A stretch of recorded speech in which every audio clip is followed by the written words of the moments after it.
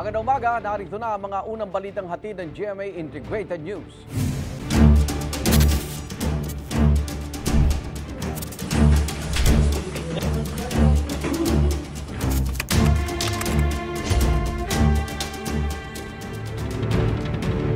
Nasa Indonesia pa rin si dismissed Bamban Tarlac Mayor Alice Guo na naaresto ng mga pulis doon kahapon na madaling araw. Sabi ni Justice Secretary Jesus Crispin, mas komplikado ang pagpapabalik kay Alice Guo sa Pilipinas, hindi tulad ng paghuli sa kapatid niya si Sheila at kay Cassandra Ong. Batay sa ilang Indonesian news websites, may hinihingi umanong kapalit ang Indonesian government para sa dating mayor. May unang balita si Salima Refran. Nagpalipat-lipat pero nasukol rin ng mga otoridad sa apartment na ito sa Tangerang City sa Indonesia si dismissed Bamban Mayor Alice Guo. Mula sa hanggang bewang na buhok, mas maikli na raw ang hairstyle ngayon ni Guo. Para maitago ang kanyang identity, meron nang lumabas, nakita na yung na-share ang Indonesian police na talagang maiksi na ang buhok niya, nagpaputol ng buhok to conceal her identity. Mahigit isang linggong nag-backtrack ang mga operatiba ng PNP, Immigration, NBI at Indonesian authorities sa Jakarta at mga karatig lugar, tulad ng makuna ng CCTV si Guo nang sumakay sa isang riding app. August 20, namataan rin si Guo na dumating sa isang airport sa Indonesia. Sa video mula sa ating source, makikitang may kasama siyang lalaki na kinilala ng source na si Duan Renwu, ang dating pulis na Chinese big boss ng Lucky South 99 Pugo sa Porac, Pampanga. Yung naging basis po ng pag-aresto kay Mayor Alice Guo in Indonesia was the information given by the Philippine Bureau of Immigration na meron tayong mission order issued against her kasi alam natin na siya po ay humaharap sa deportation case dito sa Pilipinas for being an undesirable alien as well as for misrepresentation. Nagdagdag pa po tayo, may pinadala din po natin yung information about her other cases. Blue notice na yan sa loob ng Interpol. Marami talagang violations. May mga reklamong nakahain laban kay Guo sa Department of Justice pero wala pang naisasampa sa korte. Kabilang dito ang qualified human trafficking, tax evasion at paglabag sa Anti-Money Laundering Act. Hulyo, pinaniniwala ang patagong lumabas sa bansa si Alice Guo kasama ang mga kapatid. August 22 naman ang maibalik sa bansa ang sinasabing kapatid ni Alice na si Sheila at ang negosyanteng si Cassandra Ong matapos mahuli sa Batam, Indonesia. Pero di gaya nila na mabilis na napauwi noon, iba raw ang sitwasyon ni Alice Guo. Hindi ganun kasimple, pero there are other issues between Indonesia and the Philippines that have to be resolved when it comes to this. Marami tayong pending incidents. At baka malagay si Alice Guo sa gitna ng pending incidents para magkasundo ang lahat. Immigration kasi ang humuli noon kina Sheila at Cassandra at na-deport sila dahil sa immigration violation. Indonesian police naman ang nakahuli at may hawak kay Mayor Guo. Kaya PNP at Department of Interior and Local Government ang pangunahing kausap ng Indonesia tungkol dito.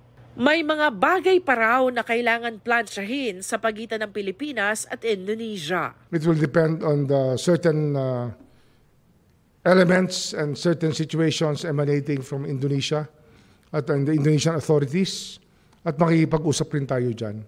The DFA will be talking to them also. Hindi dinetali ni Remulla kung ano ang mga isyong ito. Pero lumalabas sa ilang Indonesian news websites na kapalit umano ni Guo, hinihingi ng Indonesia na i-turn over sa kanila ang Australia na si Gregor Johan Haas, isa sa mga most wanted na drug suspects sa Indonesia at sinasabing miyembro umano ng Sinaloa drug cartel ng Mexico. Naaresto si Haas sa Bogo, Cebu noong Mayo sa bisa ng red notice ng Interpol matapos siyang kasuhan sa Indonesia kaugnay ng smuggling ng droga, krimen na may parusang kamatayan doon. Gayunman, magpapadala ng team ng NBI agents at senior prosecutors ng DOJ para umalalay sa pagpapauwi kay Guo. Didiretso muna sa BI, Bureau of Immigration for immigration violations. And then, ita-turn over sa amin. i-custody nga namin, ipoprocess namin, tsaka pa lang namin ipapasa sa Senate. Remember also na Senate warrant pa lang ang hawak namin against her. Ayon sa Law Minister ng Jakarta, ipadedeport si Guo pero di pa malinaw kung kailan dahil nakadepende raw ito sa investigasyon ng pulisya. Ito ang unang balita sa Lima Refran para sa GMA Integrated News. Para sa mga abogado ni Alice Guo, welcome development ang pagkakahuli sa dating mayor. Pagkakataon daw ito para masagot na ang mga alegasyon at issue laban kay Guo. Giit nila nananatiling inosente si Guo hanggat hindi na patutunayan sa korte ang mga alegasyon sa kanya. Panawagan ng legal team ni Guo sa publiko, iwasang maglabas ng mga malisyosong komento at walang basehang akusasyon. Lahat daw ng mga issue tungkol sa kanilang kliyente ay sasagutin nila sa tamang forum at sa mga korte.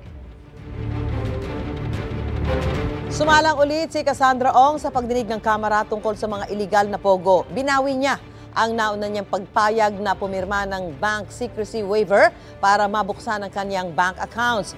May inamin din siya tungkol sa pag-a-apply ng lisensya para sa pogo sa Porac, Pampanga. May unang balita, si Rafi Tima. Ilang ulit sinabi ni Cassandra Leong sa naunang pagdinig ng Kamara na nagpaparenta lang sila ng mga gusali sa mga Chinese businessmen. Pero napaamin siya ng mga kongresista. We are preventing that Congressman Karap will again make a motion for contempt and consign you to Mandaluyong Correctional Institution. Now you answer me now, what kind of license did you trying to get from PAGCOR? Mr. Chair, license to operate po ng PAGCOR. Ano Ng to operate business po. ng PAGCOR? Hindi pwedeng to operate ng PAGCOR. You applied for a license from PAGCOR. To operate what? To operate POGO po. Yun! Una nang sinabi ni Ong na hindi niya alam ang operasyon ng Pogo sa Porac, Pampanga. Authorized representative lang daw siya ng Lucky South 99. Sa ika-4 na pagdinig ng Quadcom ng Kamara tungkol sa mga Pogo, tinanong din si Ong kung saan galing ang mga pondong ginamit nila para magawang mahigit 40 gusali sa Porac, Pampanga. Sagot ni Ong, mana mula sa kanyang ina. Pero hindi niya masagot kung saan eksakto galing ang pera ng mga kasosyo. Hindi kaya galing sa drugs ang negosyo ng mga partner mo, yung mga kasosyo mo? Sigurado po ako, hindi po. Binawi rin ni Ong ang naunang commitment na pumirma ng bank secrecy waiver para mabuksan ang kanyang bank accounts. Sa umpisa ay pumayag siya na mag-execute ng bank waiver. Ngunit ito ay kanyang binawi dahil sa alang-alang niya na ito ay magsisilbing ebidensya laban sa kanya sa kasong money laundering na inihain ng PAOK at AMLAC. Sa isang punto, muling sinabihan si Ong kung payag siya maging testigo lalo't duda ng mga kongresista, dami lang siya ng mga Pogo operator. Sinabi rin kasi niyang hindi siya nagtapos ng pag-aaral. Pero hindi pa raw siya makapagdesisyon. Dami ka lang dito. At merong mga tao nasa likod nito na hindi mo mabanggit for some reason. No, for some reason, hindi mo mabanggit kasi maaaring malapit sa'yo, o hindi kaya ay kamag-anak mo, o hindi kaya ay boyfriend mo, o hindi kaya ay siya yung pilit mong tinatago sa amin. Di ba? Anong masasabi mo, Cassie? Sa lahat po ng question na po, hindi po ako dami. Matapos ang ilang tanong, tumanggi ng sumagot si Ong. Nagpaalam rin para pumunta ng palikuran pero hindi na bumalik at kalaunay sinabing bumagsak ang kanyang sugar level. Ayon sa doktor ng Kamara, hindi mabasa ng makina ang kanyang sugar level, indikasyon kung gaano ito kababa. Dahil dito, iniutos ng Quadcom na itakbo na siya sa ospital para sa susunod na pagdinig, maipagpatuloy nila ang kanilang pagtatanong. May motion din sa pagdinig na imbitahan si Alice Guo sa pagdinig ng Quadcom pag dumating na siya sa bansa. Ito ang unang balita. Rafi Tima para sa GMA Integrated News. Naghain ng panibagong note verbal ang Department of Foreign Affairs sa China. Kasunod ng paulit-ulit na pagbangga ng China Coast Guard sa mga barko ng Pilipinas. Kabilang dyan ang BRP Teresa Magbanwa sa eskodasyon na nagkaroon ng malaking butas. Ayon sa DFA, abot na sa 43 ang diplomatic protest na inihain ng Pilipinas laban sa China. At kahapon nagkaroon ng bilateral meeting si DFA Secretary Enrique Manalo sa Foreign Affairs Minister ng Poland. Nagkasundo ang Pilipinas at Poland na bumuo ng mga kasunduan para sa defense at maritime cooperation. Sabi ni Foreign Affairs Minister Radoslaw Sikorski ng Poland, dapat igalang ng mga bansa ang rules-based order at huwag pigilan ng malayang paglalayag. Wala pang tugon ng Chinese Embassy sa note verbal at sa pahayag ni Foreign Affairs Minister ng Poland.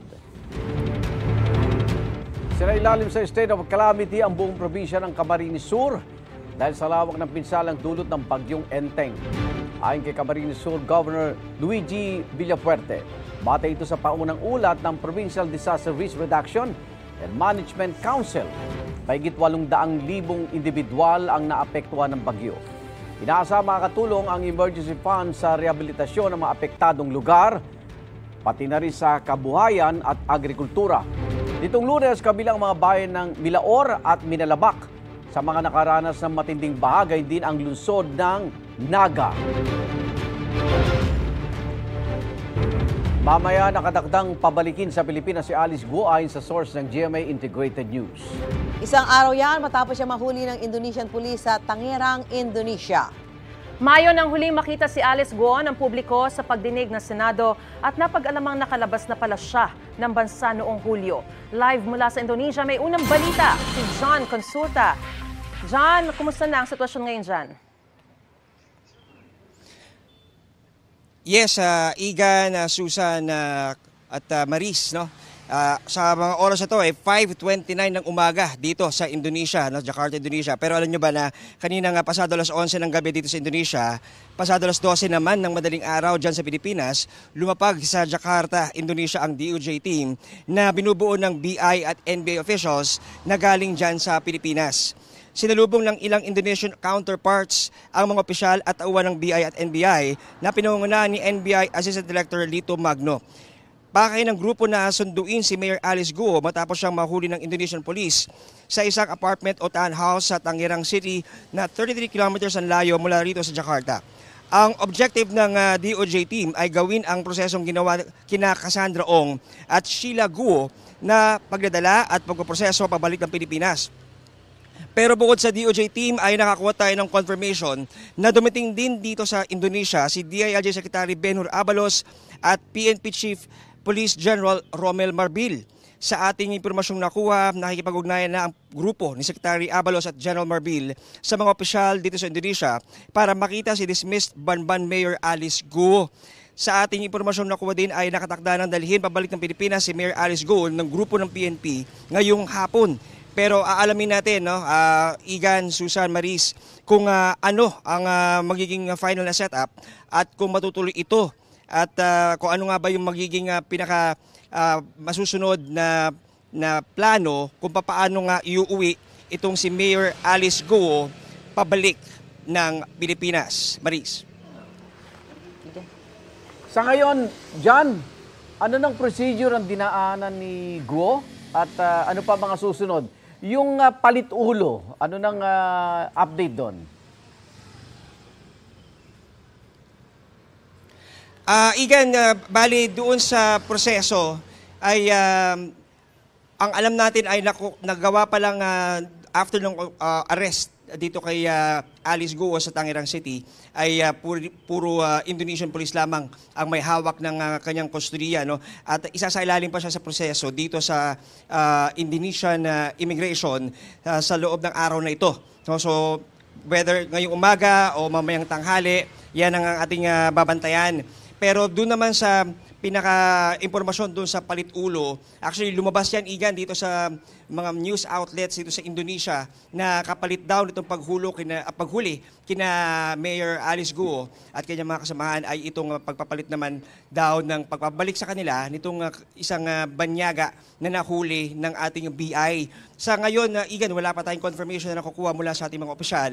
Pero isa yan sa ating mga aalamin sa oras na magkaroon na ng pagkakataon na makausap at maitulak na yung mga proseso dito. Pero ang maliwanag, Igan, ay talagang pursigido ang mga elemento ng ating pamahalaan, law enforcement ng NBI, ng BI at PNP para talagang makuha na itong si Mayor Alice Guo at madala pabalik dyan sa Pilipinas para maharap na itong kanyang mga warrant sa Senado at patong-patong na kaso. No? Kakabila na nga dyan itong money laundering case na hinahain ng NBI laban kay Mayor Alice Guo. Igan. Maraming salamat, John Consulta, live mula sa Indonesia.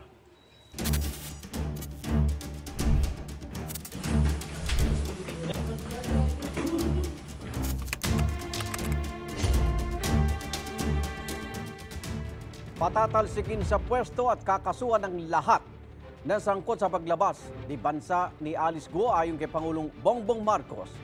May unang balita si Chino Gaston. Kung sino man ang tumulong na makaalis sa bansa, si dismissed Bamban Mayor Alice Guo pananagutin ayon kay Pangulong Bongbong Marcos. Nang tanungin kung sino ang masisibak, oh, you'll find out soon enough. Hindi lang namin sila sisibakin, kakasuhan pa namin sila. Dahil ang kanilang ginawa ay labag sa batas at against all of the interests of the Philippine judicial system. huling nasilayan ng publiko si Alice Guo noong May 22 sa pagdinig ng Senado tungkol sa mga iligal na aktibidad sa mga pogo. Matapos ang halos 3 buwan, August 19, pumutok ang impormasyong nakaalis na si Guo sa bansa noong Hulyo pa lang at nakarating na sa Malaysia, Indonesia at Singapore. Isang araw pagkatapos niyan, August 20, dumating si Guo sa airport sa Indonesia. Noong araw rin yun, naharang sa Batam, Indonesia ang sinasabing kapatid ni Alice na si Sheila at kinakatawan ng Lucky South 99 na si Cassandra Ong. Sa Kamara nakadetine si Ong dahil sa contempt order laban sa kanya, bunsod ng di pagsipot noon sa mga hearing. Sa Senado naman si Sheila Guo at sa parehong detention room sa Senado inaasang idediretso si Alice Guo kapag napabalik na ito sa Pilipinas. I assure their safety talaga. And kung kailangan magdagdag ako ng personnel to guard them, 24/7 we will do it. Magkasama sila sa kwarto at papayagan din gumamit ng cellphone. Hindi naman sila nakakulong. Sinaserve na nila yung controller.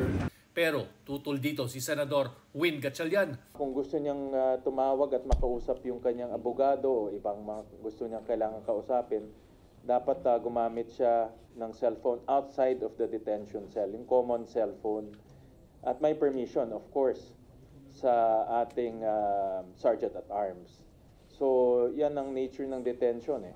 Hindi naman at ma-avoid rin natin yung contact niya sa ibang mga taong sa labas. Hindi natin alam kung sino pa yung mga pwede niyang kausapin. Alam natin may link siya sa sindikato, baka makausap niya itong mga sindikato. Ang Senate Committee on Women, Children, Family Relations and Gender Equality, marami pa raw tanong kay Alice. Gaya kung sino-sinong opisyal ng gobyerno at mga tauhan ng law enforcement agencies ang kanilang kasabwat sa pagpapalaganap umano ng iligal na pogo sa Central Luzon. I am fully expecting magsasalita na siya ng kumpleto at makatotohanan kasi patunay itong pag-aresto sa kanya na hindi siya makakatakas talaga. At yung mga tumulong sa kanyang makatakas, hindi namin sila tatantanan. Sa pagdinig ng Senado, naungkat ang tungkol sa isang gusali sa Parañaque na nagbabahay umano ng illegal na pogo operation. May opisina umano rito, ang PAGCOR.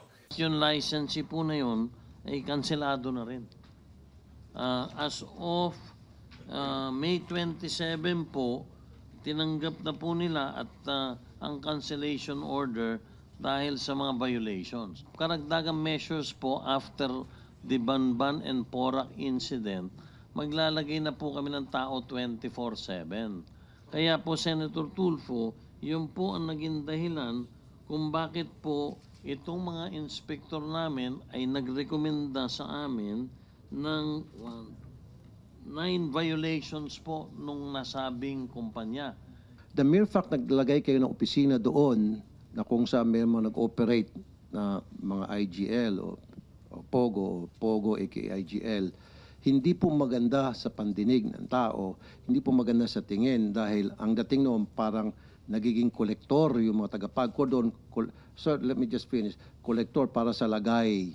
Tinanong ng mga senador ang PAGCOR, DOLE at PNP kung kamusta ang pagpapasara sa naturang 208 illegal pogos sa buong bansa at kung nag-e-empake na rin ba ang 41 pogo na legal pa hanggang December 31. inanunsyo ng Bureau of Immigration yung pagkakansela po ng mga 9G visas.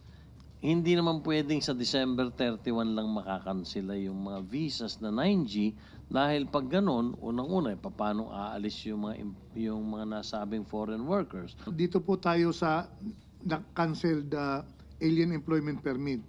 Ang na-cancel namin sa NCR as of 2023, 24,361. Ang Central Luzon, 513. Calabarzon, 2,121. At Region 10, 67. Ngayon, kung sila ay pinauwi ba o hindi pinauwi, ang aming sagot po yan, ibinibigay namin ito sa BI at sila ang nagpapacilitate. Ito ang unang balita, Chino Gaston, para sa GMA Integrated News. Kaugnay po sa pagpapabalik sa bansa ni dating Bambantarlac Mayor Alice Guo mula Indonesia, makakapanayan po natin si Bureau of Immigration spokesperson Dana Sandoval. Magandang umaga, Dana. Good morning, Igan. Ano-ano ba yung mga prosesong isasagawa kay Alice Guo bago siya maibalik sa Pilipinas? Well, tingin natin magiging similar ito doon sa proseso na pinagdaanan ni Sheila Guo, yung kanyang alleged na kapatid, at ni Cassandra Leong. Ang difference lang ngayon, Igan, unlike yung doon sa dalawa, before kasi ang naka-intercept sa kanila is Indonesian immigration. Kaya agad-agad po silang naibalik. They were attempting to cross border from Indonesia to Singapore, kaya na-intercept po sila ng immigration doon. Opo. But this time, itong si Alice, ang nakahuli na po sa kanya is yung Indonesian police. So there is a turnover pa from the police to immigration before she is going to be sent back to the Philippines. Nabanggit ni Justice Secretary Jesus Crispin Remulla na magiging pahirapan yung pagpapauwi kay Guo. Ano tingin dito ng immigration? We're hoping po that will not be the case. Maayos naman pong kausap yung Indonesian counterparts natin. Okay. They've been very, very helpful and they pledged po na ito ay matapos at maibalik po itong si Mayor Alice Guo. Even yung kanyang kapatid, yung kapatid niyang lalaki ay si kasama rin sa si Wesley. Yun po ay kasama din sa mga minomonitor nila at gusto rin nilang maibalik agad. Okay. Yung ulat ng ilang Indonesian news websites, no? Parang palit-ulo, hinihingi umano ng Indonesia, turnover muna ng Pilipinas. Si Australian Gregor Johan Haas, isa sa mga most wanted and drug suspect po sa Indonesia, kapalit ni Guo. Ito ba ay kumpirmadong government policy at anong magiging reaction dito ng ating immigration? Personally, wala po akong knowledge dito sa story na ito. Siguro kuha tayo ng more information doon sa ating mga tauhan on the ground. Pero parang wala po akong naririnig na ganitong on the table. Pero may ganyan bang kalakaran? Palit-ulo? Wala po kasi yung regular process po if there is a deportation proceedings, yung individual po ang tinitingnan natin. Kasi baka makahadlang pa yan, no? Makakadulot pa ng pagbagal ng pagbalik dito ni Alice Guo. We're hoping po that it's not the case naman. So far po wala po akong naririnig na ganito pong mga usapan on the ground. Okay. Mismo si Pangulong Bongbong Marcos nagsabi, Ma'am Dana, na heads will roll, ano? At sa Bureau of Immigration ba, kayo ba'y nagsagawa ng sarili investigasyon kung may kasabwat sa illegal na paglabas ng bansa si Alice Guo at kanyang mga kasama? Yes, ongoing po yung ating investigation and we support po the President dito sa kagustuhan ng national government na mahanap at mahuli po kung sino man yung tumulong dito kay Mayor Alice Guo. Kasi sa tingin din po natin, imposible na walang tumulong sa kanya para makapuslit po siya ng bansa. Because what she did was very hard. Napaka-challenging non logistically to kung tama yung sinasabi ni Sheila, to look for a private resort that will accommodate them, to book 3 boats or maghanap po ng mga contact para sa 3 iba't ibang bangka. Opo. Napakahirap po niyan. So, kinakailangan po niya ng maraming kausap, maaaring may tumulong sa kanila. At yun po ang gusto nating malaman, whether it be from immigration or from other government agencies or from the private sector. That's also what we want to know para mabigyan po ng kalinawan itong kasong ito. Kasi kung totoo po, nasa isa siyang pribadong resort umalis, ay mukhang kailangan po malaman kung sino yung mga tumulong sa kanya. And yung pagbalik po ni Mayor Alice Guo will kumbaga shed light to so many questions na meron tayo ngayon. Okay, sa proseso lang, balikan ko, no? So wala pa tayong katiyakan na maibabalik siya ngayong hapon tulad ng sinasabi ng ilan. Ayoko po muna sigurong magsabi ng specific date and time because hindi pa po nagko-confirm yung counterparts natin in Indonesia. But yung mga tauhan natin doon ay in place na po, ready to accept her and assist her return and ensure her safe return to the Philippines. Okay. Maraming salamat, Bureau of Immigration spokesperson Dana Sandoval. Ingat po. Salamat po. Magandang umaga. At inaasahan pong dadalhin sa detention facility ng Senado si dismissed Bamban-Tarlac Mayor Alice Guo kapag nakabalik na siya sa Pilipinas. At kaugnay po niya, makakapanayam natin si Senador Sherwin Gatchalian. Senator, magandang umaga po. Thank you for joining us today. Good morning, Ivan. Good morning sa ating mga tagapakinig. Senator, yung sources po namin ang sinasabi mamayang hapon daw makakabalik ng Pilipinas si Alice Guo. Ano ho ang impormasyon ninyo tungkol dito? So far, yun ang aking information base sa OSAA or yung Sergeant at Arms namin dito sa Senado. So far, yan pa lang ang aming nakukuhang information. Sa ngayon, ang may custody kay Guo Huaping ay ang Bureau of Immigration at ang NBI. Kaya nagre-rely rin ang Senado sa kanilang mga information. But so far, yun pa rin ang nakukuha namin. Alright, pero dadalhin daw po sa Senado once makabalik sa Pilipinas. Pero tila may magkasalungat po kayo ni Senate President Chis Escudero tungkol sa paghihigpit kay Alice Guo sa Senate Detention Facility. May consensus na po ba? May agreement na kung ano ang ipatutupad? Base sa mga dating regulation namin ay bawal magkaroon ng cellphone sa loob ng detention cell. At yun po ang naging patakaran ng mga una.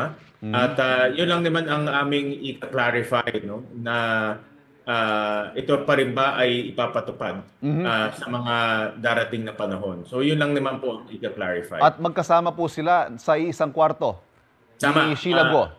Correct. Magkasama sila sa isang kwarto at hinanda na yung detention cell. In fact, nakahanda yung detention cell sa kanyang pamilya dahil mayroong outstanding arrest order para sa kanyang buong pamilya. Pero sa ngayon, ang nahuhuli pa lang ay si Sheila at si Guo Huaping. Ano hong alam ninyo, Senator Gatchalian, dito sa impormasyong hinihingi raw ng Indonesian government yung drug suspect na si Gregor Haas, kapalit ni Alice Guo? Sa pagkaalam ko, itong Australiano na ito ay most wanted criminal pagdating sa drugs. Parang itong taong to ay isang drug lord or drug dealer sa Indonesia at kasuhan siya doon pero nakatakas rin, nakapunta dito at nahuli naman dito. Wala akong information rin sa itong tinatawag nilang prisoner swap, no? Gagawin. Narinig ko na itong issue na ito, medyo matagal-tagal na, pero pagdating dito kay Guo Huaping, wala pa ako nakukuhang information din. But would you be amenable to it kung sakaling magkaroon nga ng ganong demand na palit ulo? Dapat pag-aralan yung circumstance, no? Kung ano yung mga legal implication nito. Pero kung ako ang tatanungin, dahil yung krimen ay nangyari sa Indonesia, nagbenta siya ng drugs doon, nag-distribute siya ng drugs doon, at obviously maraming napinsala doon, maraming nag-iktima, dapat ibalik siya doon para harapin niya yung mga kaso niya doon. Dapat harapin niya yung mga isinampang kaso laban sa kanya dahil ganun din naman yung gusto natin gawin kay Guo Huaping, harapin niya yung mga kaso niya dito sa ating bansa. Pero dapat pa rin pag-aralan yung legality nito. Yun lang ang aking caveat dito. Pinag-uusapan na po ba sa komite kung kailan sasalang sa hearing si Alice Guo at Kayo po, personally, ano ho yung mga tanong na nais nyong itanong sa kanya, yung mga bagay-bagay na talagang gusto nyong malaman mula sa kanya? Ivan, kasi kung titignan natin yung kabuuan, marami na tayong isinigawang hearing pero wala pang nakukulong. So importante na mayroong makulong dito at managot. Hindi lang natin ginagawa itong hearing nito for the sake of hearing, but importante na mayroong managot dito at makulong. Yung pa ang aming hindi nakikita. So tuloy-tuloy yung aming paghahanap ng ebidensya para matulungan natin yung mga kasamahan natin sa executive, sa DOJ, sa PAOK, para makapagsampa ng mga kaso pa, lalo na dito sa PORAC. Dahil sa PORAC kahit isang kaso wala pang nasasampa, para makasampa na ng kaso at managot na yung dapat managot. May expect po natin the side of Go Waping will exhaust all legal remedies available to her para ho maiwasan ito, ano? Paano ho kung ang maging sagot niya lang sa inyo sa hearing, di na niya maalala? Ano na tayo dyan? Nadala na tayo dyan. Kung matatandaan natin yung mga unang mga hearing niya, hindi niya maalala, check niya yung records niya. So hanggat hindi siya sumasagot, madedetain siya dito ng mahabang panahon. At katulad ng mga ginawa namin sa mahuling pagkakataon, kung matagal siya dito, ililipat siya sa regular na kulungan. Hindi na dito sa detention cell ng Senado, kundi pwede siyang ilipat sa detention sa kulungan ng correctional or dito sa Pasay CPJ. Plano ba sabay-sabay na padaluhin sina Alice at Sheila Go at si Cassandra Leong para siguro mapagtagpi-tagpi yung mga statements nila? Sa ngayon ay ngayong araw na ito, si Cassandra pa lang ang aming inibitahan. Sa Monday, inibitahan ho namin si Go Waping. At kung kakailanganin, pwede silang magsabay. No? Depende rin sa mga sasabihin ni Cassandra dahil mailap si Cassandra sa pagsasagot sa House of Representatives. Binasa ko yung transcript at pinanood ko yung video. Papatsi-patsi, papalit-palit. Actually, magulo yung kanyang sagot. Kaya depende rin sa kanyang magiging sagot dito sa Senado. Panghuli, Senador, may idea na ho ba kayo sino-sino yung mga tumulong para makapuslit yung magkakapatid na Go? May mga information kaming nakukuha. No? Sa ngayon, ang storyang lumalabas ay yung sinabi ni Sheila na nagbangka sila. Nagbangko. Pero may mga information kami. Ako personally, may nakukuha ko na dapat lang i-validate. No? Gusto lang natin na siguraduhin na itong mga tip at information ay validated. Okay. Senador Sherwin Gatchalian, maraming salamat po sa oras ninyo ngayong umaga. Thank you, Ivan. Maraming salamat rin. Nananatili pa rin sa evacuation centers ang mahigit 60 residenteng apektado ng pagbaha sa Malabon. Kumustahin natin ang lagay nila sa unang balita live ni Bea Pibla. Bea?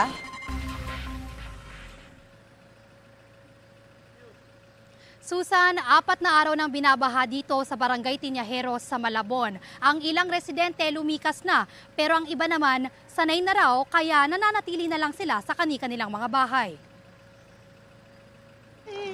Tubig tayo. Gusto ko.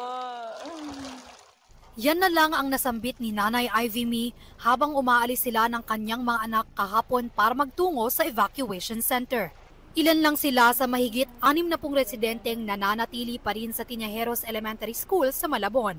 Lumikas sila dahil sa bahang dulot ng malakas na ulan, high tide at pag-apaw ng tubig mula sa Lamesa Dam. Kapagod talaga masyado, lalo pag marami kang mga anak maliliit.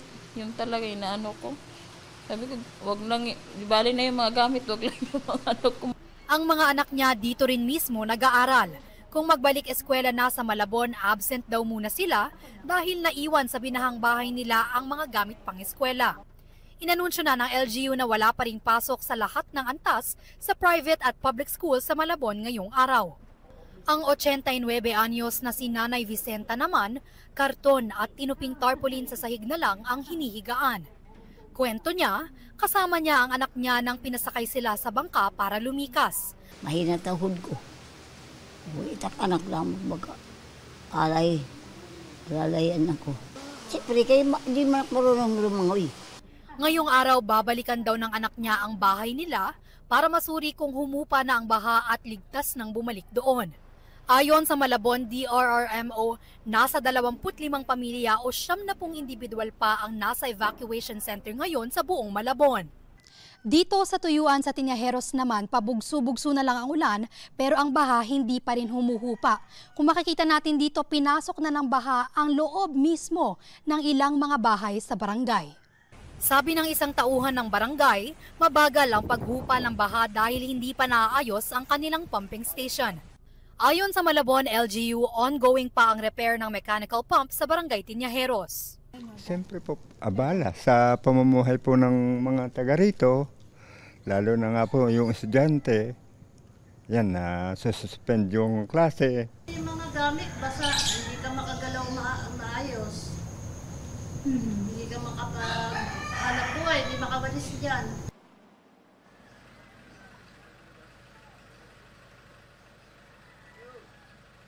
Kwento ng ilang residente rito, bahain talaga sa kanilang barangay dahil malapit ito sa Tulyahan River at mababa lang ang kanilang lugar. Pero sa tinagal-tagal na nila rito, sabi nila ay nasanay na lang din sila sa ganitong pamumuhay. At yan ang unang balita mula rito sa Malabon, Bea Pinlac para sa GMA Integrated News. At kaugnay pa rin sa pagkakahuli kay dating Mayor Alice Guo, pakapanayan po natin ang kanyang abogadong si Atty. Stephen David. Magandang umaga po, Atty. David.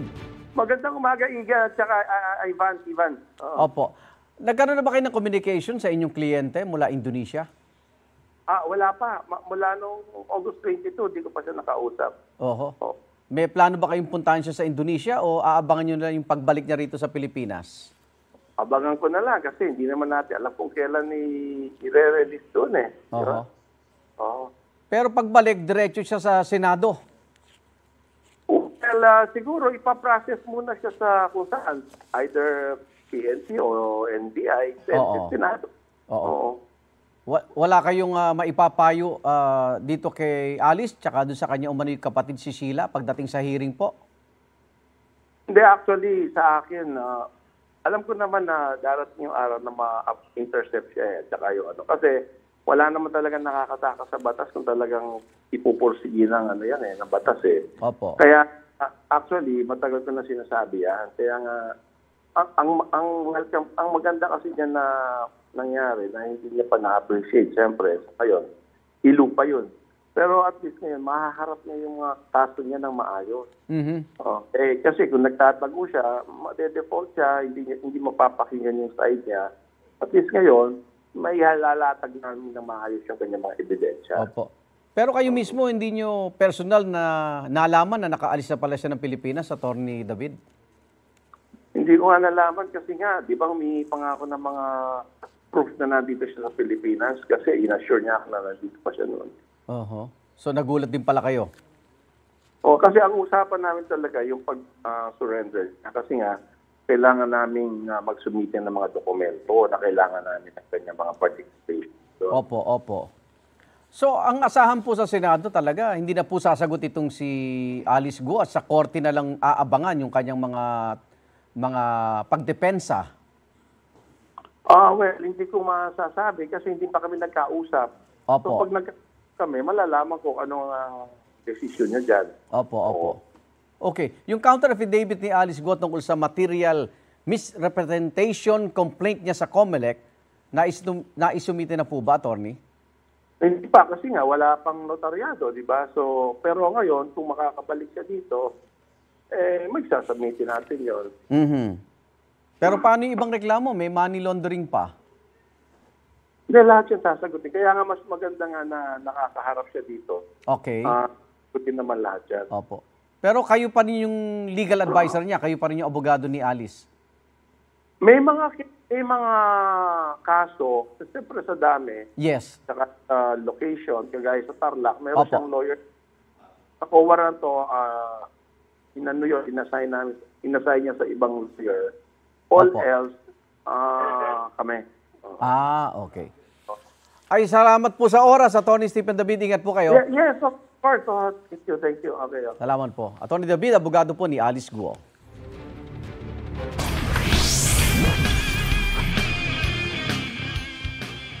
A season like no other para sa Premier Collegiate League ng Pilipinas na NCAA. Bigger and better ang abangan sa opening ng Season 100 this Saturday. Yan ang NCAA Siglo I Inspiring Legacies. Ipagdiriwang sa NCAA 100 ang tagisa ng student athletes sa nakalipas na 100 taon.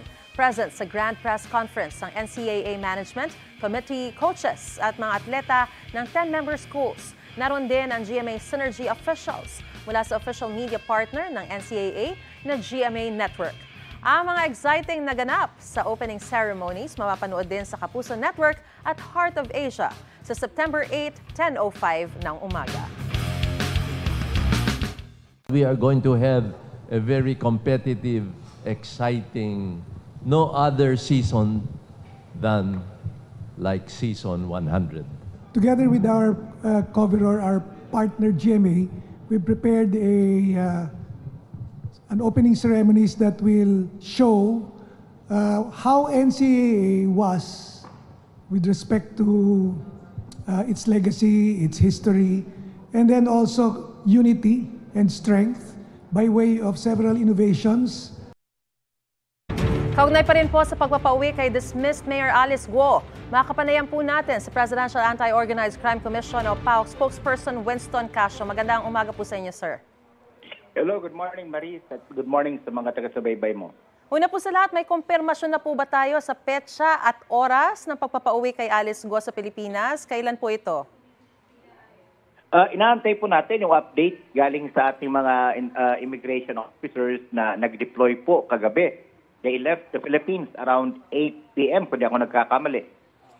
According to the information conveyed to us by the Immigration Commissioner, Commissioner Tan Tingco. Inaantay lang po natin yung update sa task group ngayong umaga kung may lilipad po siya pauwi ng Pilipinas. May mga impediments pa po ba tayong kinakaharap? Kasi mismo sinabi ni Secretary Jesus Crispin Remulla na may binanggit siya na well, hindi siyang nagbanggit pero may impediments nga raw ang sinasabi siya. At lumalabas sa mga Indonesian news na may hinihinging kapalit ang Indonesia. Well, there has been no official request coming from the Indonesian government with regards to that, ano? Kaya sana ay hindi totoo yung balita, but then again, kung totoo man yung balita, since nasa custody naman natin yung tao, yun ay mapag-uusapan. Ang maliit lamang na hiccup dito is that the subject person is also an Australian national. So, siyempre, Australia will come into equation. So, pag-uusapan po yan if ever that is true. Kapag nandito na po si Alice Guo sa Pilipinas, saan po siya dadalhin? Bukod po sa NBI, dadalhin din po ba siya? I understand sa Senate kasi nandun yung Senate warrant nga po na naglabas ng order sa kanya, arrest order sa kanya. That is true. No, ang my first dib sa kanya will be the Senate sapagkat yung Senate ang merong outstanding legislative warrant para kay Guo Waping. So, chances are, pagkatapos siyang maproseso ng National Bureau of Investigation at saka ng Bureau of Immigration, the DOJ will most likely talk with the Office of Sergeant at Arms to turn over the custody papunta doon sa Senado. At saka inaatabayan na naman natin na siguro sa susunod na mga araw, kakatigan tayo ng Department of Justice doon sa ating isinampang kaso laban sa kanya sapagkat matibay naman po yung kasong aming isinampa laban sa kanya. Then kapag nagkaganon, we'll have an arrest warrant also against Guo Waping. And speaking of cases, ano-ano po yung mga reklamong ito at kumusta na po yung sitwasyon itong mga kasong isinampa nyo laban kay Alice Guo? Yung unang kasong isinampa ng aming task group kasama yung IACAT at saka yung iba't ibang mga ahensya, CIDG, qualified trafficking in persons po yan. So, tapos na po yung preliminary investigation, inaantay na lang natin yung resolution galing doon sa DOJ panel of prosecutors. So, we're expecting na mailabas yun in the next few days. Malayo na ho siguro yung next week, may lalabas na po yun. Non-bailable ho yun. So, chances are, she will stay in detention while dinidinig yung kaso. Yung money laundering naman po, hindi pa nagsisimula yung preliminary investigation noon. Kasusumite lamang natin last week nung ating demanda laban doon kay Guo Waping at saka sa 35 others. 87 counts of money laundering po yon, paunang sampa pa lamang yon. Then yung BIR naman, nagsampa ng tax evasion. So, we're all waiting for the results of all of this preliminary investigation. Alright, very quick lang po. Yung si Wu na kasama ni Alice Guo na nakita sa litrato, may nagsasabi ba't hindi siya kasama nga arestuhin? Wala pa ho una, si Duaren Wu ho kasi, hindi pa ho natin nasasampahan ng kaso yan. Walang outstanding warrant na kahit ano po dyan. Alright. Maraming salamat po sa impormasyong binigay niyo po sa amin at sa inyong panahon, PAOK spokesperson Winston Casio. Magandang umaga po sa inyo. Thank you, Maris. Thank you.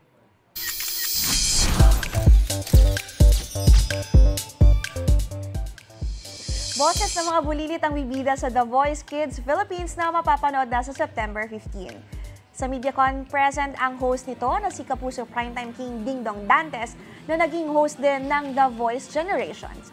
Naroon ang coaches na sina international performer Billy Crawford, Asia's Limitless star Julian San Jose, SB19 members Stel at Pablo.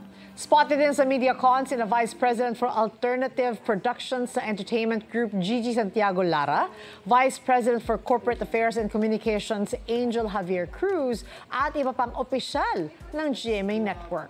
Sabi ni Ding Dong, excited na siya makilala ang mga bulilit na magpapa-wow sa galing sa pagkanta. Ang apat na coaches naman ready nang i-share ang kanilang mga natutunan at karanasan sa kanilang musical career na makakatulong sa young artists. Kapuso, para laging una ka sa mga balita, bisitahin at mag-subscribe sa GMA Integrated News sa YouTube. Sa mga kapuso abroad, samahan nyo kami sa GMA Pinoy TV at sa www.gmanews.tv.